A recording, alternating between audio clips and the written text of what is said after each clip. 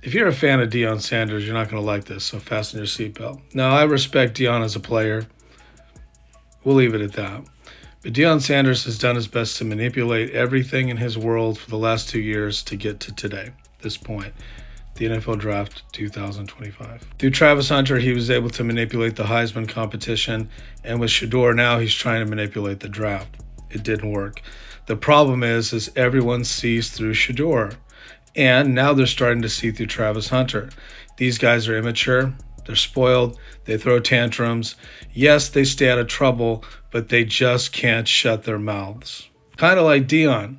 Deion talks a big game, but he can't deliver. He's been a failure at Colorado, and the only way he's been able to kind of get past that is these two cats.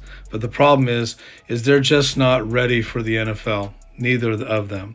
If you believe they're ready for the first round of the NFL draft, you've been fooling yourself and you've been listening to the hype. But I won't hold that against you because that's the same thing that happened last year. You tell me when a quarterback was drafted number one and had a fantastic year. You tell me when a quarterback was drafted number one and led a team to the Super Bowl. You tell me when that person has won a Super Bowl being a rookie. Doesn't happen. It can't happen. The NFL draft is the day that everybody is wrong. So let me tell you how wrong Deion is. He was wrong to think that Travis Hunter would be respected as a guy who can play in the NFL on two sides of the ball. Not happening. I told you earlier he will be maybe playing defense, maybe, if he even gets on the field.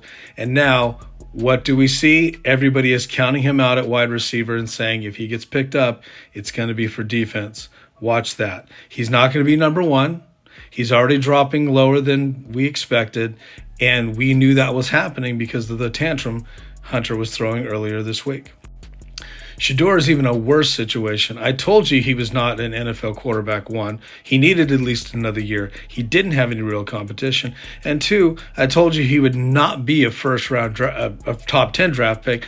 Then I told you he wouldn't be a first round. Well, guess what? This morning and last night, they're confirming he's probably not. If he's drafted in the first round, it's going to be 27, maybe 29, 30.